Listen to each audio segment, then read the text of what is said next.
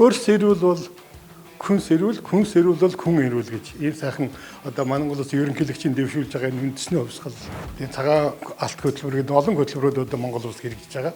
Энэний гол зангил асуудал бол манай хөрс байж байгаа. Энэ хөрсний үржин шим буураад байгаа, хөрс одоо бохирдоод байгаа энэ шалтгаануудад бол эдний бордоо юм уу?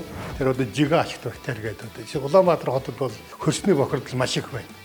Энэ бохирдлыг бууруулахад, багасгахад эдний компани үйлдвэрийн гаргаж байгаа жига ашигт бактери гэдэг. Энэ бактери бол маш чухал. Галт тариалан хувьд бол ер нь хөрсний үржин шимийг сайжруулах гэж асуудал маш чухал.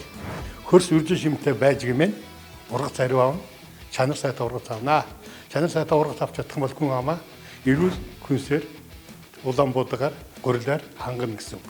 Энд бол эдний энэ үйлдвэрлэн гаргаж энэ компани үйлдвэр гаргаж байгаа энэ бордоонууд энэ ашиг тусаа өгч. Тэгээд өнөөдөр бол энэ цуглаж байгаа байдлаас манай тариалж дэмжснэ. Энэ компани бордоог хэрэгжилж сурсан. Энэ бордоо бол үн хямдтай, үйлчлэгээ сайтай, импортыг орлох юм хэмжээний бордоо бол болтлоо хөгжиж байгааг харуулж байгаа л гэж өөрөө үзэж байна.